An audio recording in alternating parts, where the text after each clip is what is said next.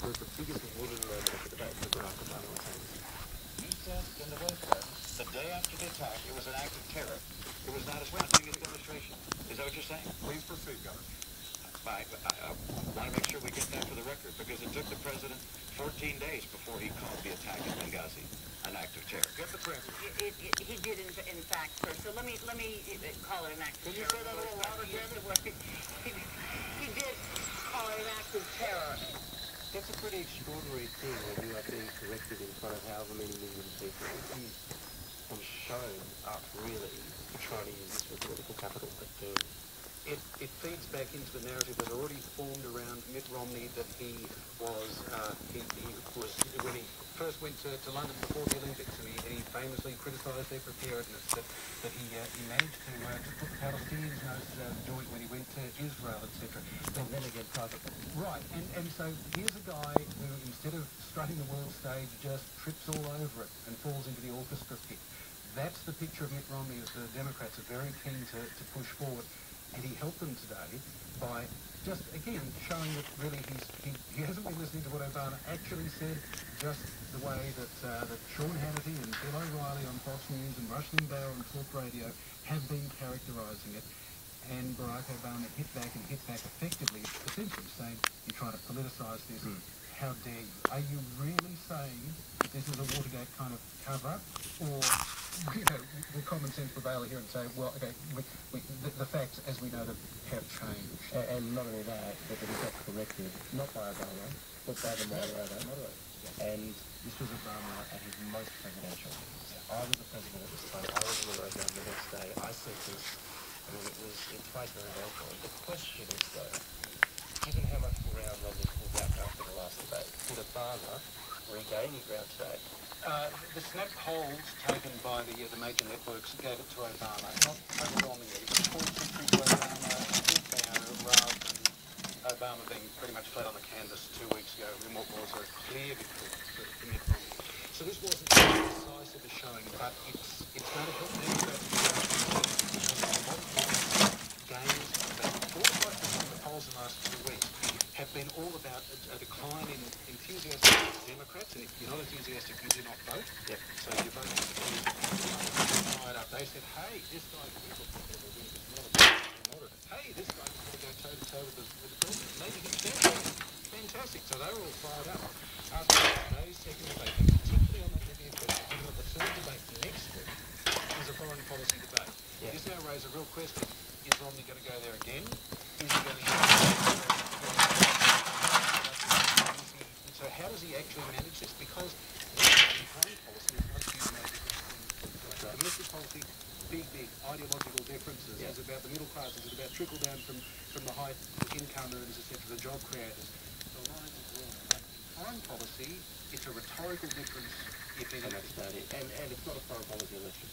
No. It's more of a domestic election. But it is a threshold to get because for a parliamentary, you have to look presidential, you have to look ashore on foreign policy, and then people decide on the economy. But if Mitt Romney can't look assured as a commander-in-chief, then his economic message will just be irrelevant. So the two big things are, what can Mitt Romney do to repair his foreign policy credentials, and also, how's the economy going to be looking 3 weeks from today when Americans go to the polls? Because unemployment figures coming out Friday fortnight for the month of October, currently at 7.8%. If that ticks up just 1/10 of 1%, statistical rounding, you actually have more jobs being created. Up to 7.9, it could be game over. Participation rate is everything in those figures, and it already matters when you do the breakdown of the swing states and all that sort of stuff. So we'll see how all that plays out over the next 3 weeks. It's complicated terrain. There we go. Can you see the jets of preheated air coming in through the holes? Presidential debate for us today on RN Drive. It's 7 Gill verdict 0418 I'm standing here on telephoto looking into the fire pit, because if I come back out here you've got way too much light.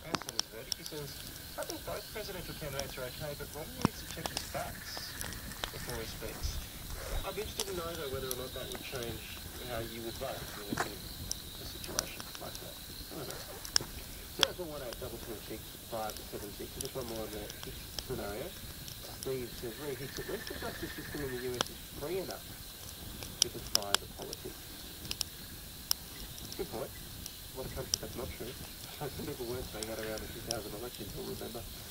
Anyway, it's still 8 past 7, nearly 19 now. Tomorrow I should point out any questions, and they're very timely any questions tomorrow, concerning the word misogyny, a term that has so frequently in past feelings of the politics. Just on that, you're not to believe this, but the debate on sexism and misogyny in the Parliament has prompted Australia's Macquarie Dictionary, which is the authority on the English language in Australia. It's the dictionary that courts to determine what a word means in Australian English. They've decided to broaden the definition of misogyny to match the way the word has been used over the past 30 years more accurately. The dictionary definition currently of misogyny is hatred of women. There's now going to add a second definition to include entrenched prejudice against women, suggesting that Tony Abbott discriminated against women in his sexist views. That's kind of the connection there. We'll be discussing misogyny, the word, tomorrow in our Any Questions segment, and that reminds me that if you have a burning question you'd like to get us to answer here at RN Drive, we can. In fact, last week Jonathan Byrne suggested you might want to learn what happened to Vicky and Tupac. We're game. Whatever it is you got, we will find the expert. If you've got a question, email us rndrive@your.abc.net.au, rndrive@your.abc.net.au, or you can head to our Facebook page. Very happy to receive your questions. It's now 20 minutes past 7. Think about this situation. A person who's gay was convicted of having consensual homosexual sex when that was still illegal, wherever it was that they were living in Australia. Now they want to apply for a job or help out as a volunteer or something. But they have a conviction and it's on their record, and it can fall into the category of a sexual offence. What impact does that have?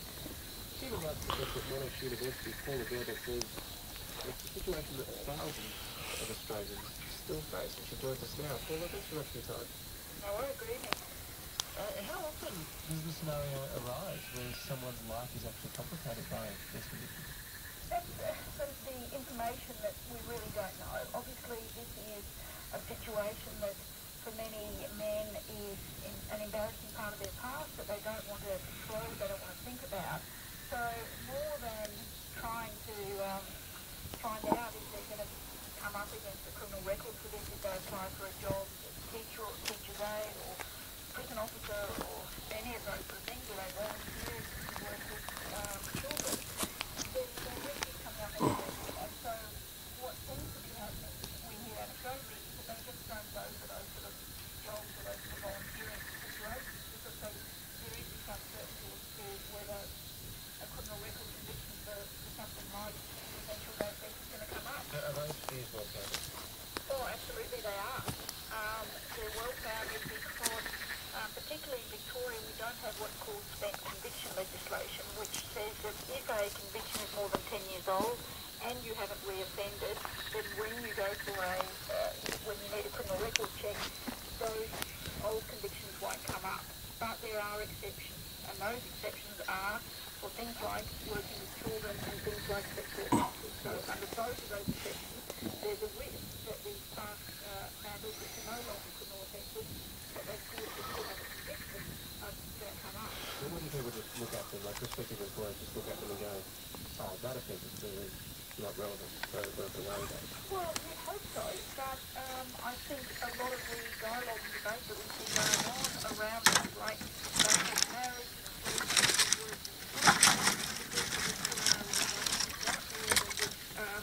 say that it's okay to discriminate against people for being homosexual. Well, even though there's legislation against that. Even though there's legislation against that. Interesting situation. You do understand, though, that there is a conceptual difficulty. So we're dealing with legislation that clearly no longer reflects the mainstream values of Australia. So that all of this takes that year to move forward from those offences and consider that legislation to be more or less ridiculous. But nonetheless, they were crimes at the time the legislation was enforced.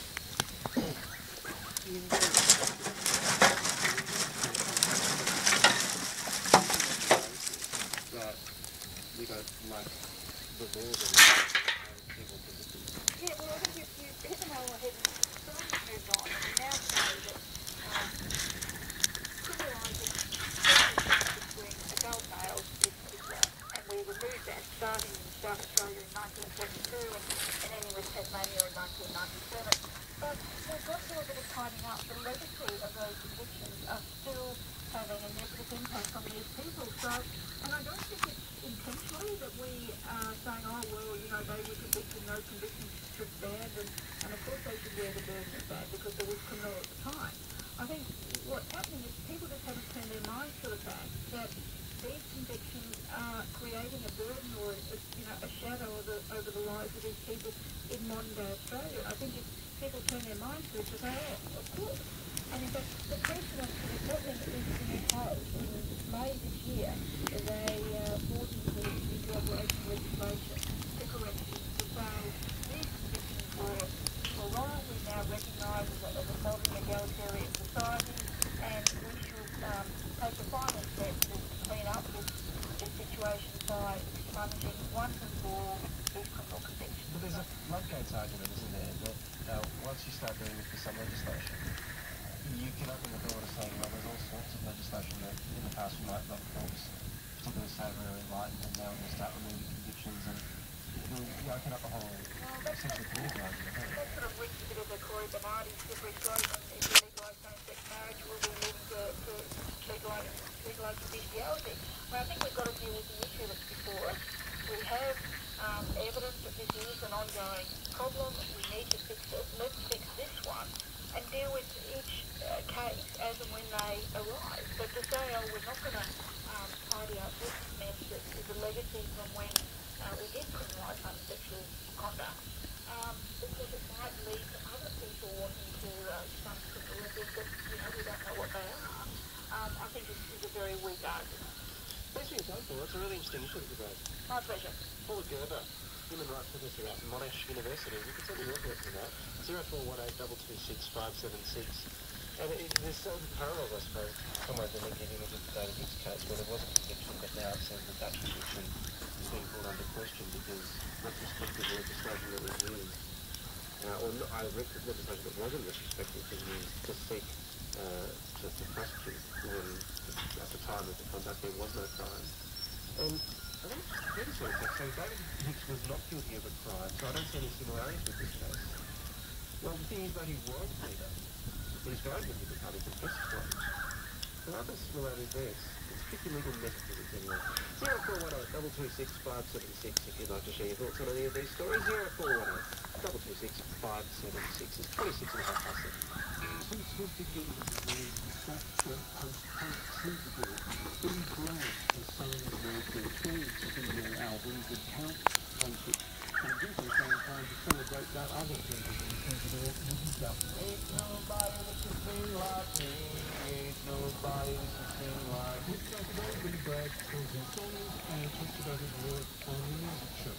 Join us on RN from TikTok.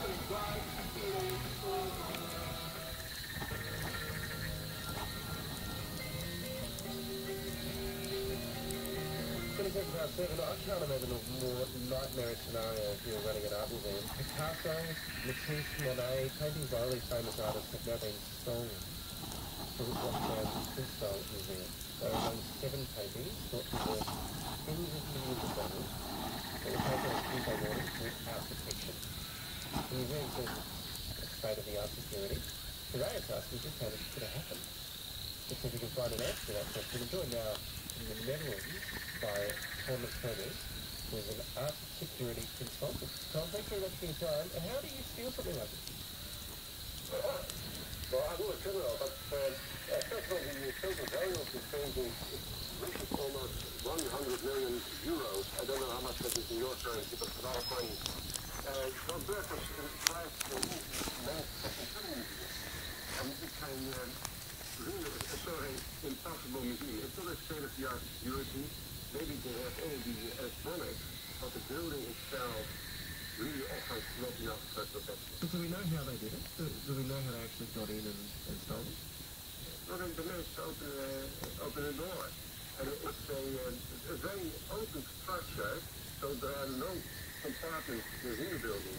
Whenever you enter the building, you can walk through the whole building. It's a very open structure. If you open the door, you see the paintings hanging there. So this is really not a sort of situation that is very accessible for displaying art of this value. I just, my very clever producer has figured out that 100 million euro is 127,000, 127 million Australian dollars roughly. There's some rounding involved there, but I suppose you want to do so. It's a lot of money. Anyway, you put it. But I've got visions of people in cat suits with diagrams and spend months and months trying to figure this out. They're shooting arrows with bits of strings through windows that only open for 30 seconds every year. That sort of elaborate plan. That's what I mean, it was pretty straightforward. Well, it's about time you wake up. It's just a film story. Exactly. Very little, very few art success from these movies are being sold. About 20 shows. In interviews with criminals, it shows that they very well prepare their burglary.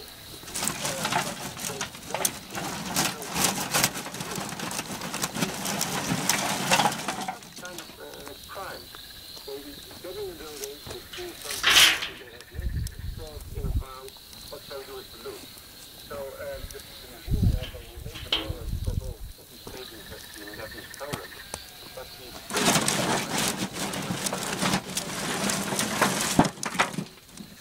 guys will sell them. Those are very famous paintings. But what is trying to do sometimes is that they get money from an insurance company. And if they don't manage to get rid of the boom, then it's being destroyed. We have examples of art that was destroyed afterwards. It's amazing. It's another situation. Prosecuted, especially on the business, but not the painting. So, I don't know how it will all play out. So I'm actually not speaking to us now. Extraordinary story. You're welcome. Tom Trainers, art security consultant, speaking to us again from the Netherlands. Amazing, isn't it? It's just gone half-past 7 euro drivers will need Ali. Roaring it up very soon. We're going to a cabaret and dancing for that. All sorts of fun. There's all sorts of fun thing I'm going to say. The Global News is up next. This part of the world will be interesting. You just have to stick around and find out. 29 minutes.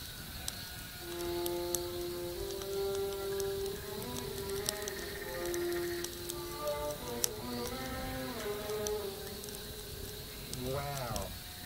I'm hearing something Middle Eastern here. And I'm wondering if that's where we are for Global News today. The way I've got someone's looking at me, I don't see where they might be going. Could be these some super large objects again. How are you? I'm it's not a better for here this hour. Where are we? Probably get a drone in. Oh, okay. Some angry. Not quite. What is one of Australia's greatest cultural exports? That's a good call. It's a very good level and I was more than probably the most. I was probably would have got a couple of ideas in this stuff. Really? Well, sort of around the early 80s, yeah. Had a collection there in the early 80s. I have to leave. Well, okay. Cultural creams, what else are we doing?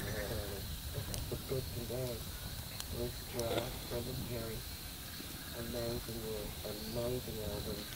And I have been put it inside between the first Australian act to put electronica in global things, in this world music, something quite new. Nobody else is doing it. And it was really very rock. You still hear that kind of crossover in their music. They split up, they got back together, they split up, but now there's a lot. So where are they based now? Well, the least is based out of London. Alright. And Brendan has the Virgin Islands of France. So they're still worlds apart in terms of getting together, but they've split out all the way through Europe, all the way through America. You can only hope they're going to make it here as part of the tour. Do you think that people here respond to them in the way? Oh yeah, I mean these guys are tight. The thing about Lisa and people, she has the most extraordinary voice. Once again, you can see the preheated air jets coming in and burning any remaining volatiles. So it functions not only as a spark arrestor, it burns almost smokeless, and it'll burn just about anything. The stainless steel top-loading washing machine drums are the best. If you get a steel one with baked enamel to waterproof the steel, you'll find the heat is going to burn the enamel off and it'll go rusty. This one is 14 years in service as an outside fire. If you're in the mood to be playful and you don't mind telling a lie that you're going to expose yourself later on, people have been known to believe me when I've told them that this is a stainless steel burner can out of a combustion chamber from a jet engine of a Concorde supersonic transport airliner. It's so good at burning, and it's obviously lightweight, sheet metal, specially formed, perfectly suited to the task, that people will believe it. A stainless steel washing machine liner. First time I saw one used like this was 1997, when I was the sort of travelling poet in residence with a protest group. Unlock the Gate, they were called. They were trying to legalise all currently illicit drugs in New South Wales and therefore secure the release of 65 to 80% of prisoners in New South Wales jails. And they had one of these in the back of their bus. And they kept it packed full of bedding while they were driving up the road, and then when they arrived at their destination they pulled the bedding out and went and found some firewood, and this was what they sat around as a campfire, or one of these. When I saw them using it, I went and visited the local dump and checked out the washing machines until I found, well, I got two of them actually, gave one of them away. They're so good. And as the people said, if you are somewhere where there is firewood and you know you're going somewhere where there's no firewood, you can break up pretty much an entire night's full of firewood and store the firewood in the tin can and take it with you. But other than that, yeah, they used to wash theirs and use it to store their bedding while in transit. Stainless steel burner can as an outside fire. With ABC Radio National Drive program, presented by Wahlid Ali.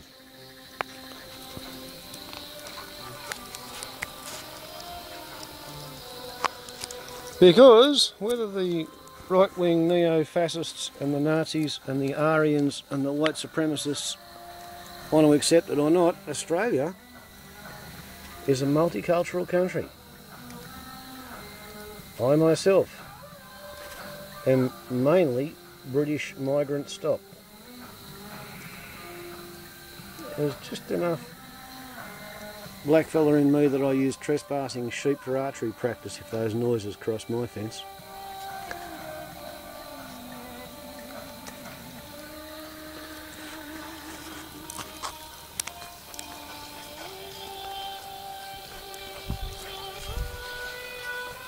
And this is my preferred method of bushfire hazard reduction. Every suitable evening I burn up a wheelbarrow full of bushfire fuel hazard.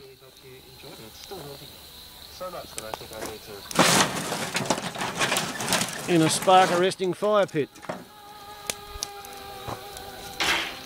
Made out of a recycled washing machine.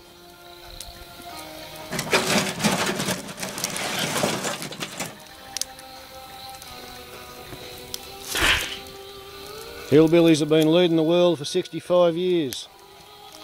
65 years ago, Chuck Yeager, the hillbilly, broke the speed of sound.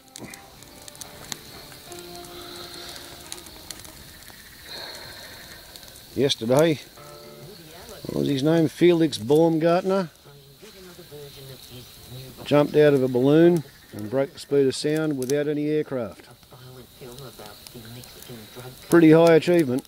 Portuguese filmmaker Manuel de Oliveira has made 3 feature films since he turned 100. Creativity and longevity in the movies. Instead of thinking of hillbillies as being half-wits, you want to consider that since they put the Aborigines on the mission and the Indians on the reservation, hillbillies are actually the last surviving free-range humans.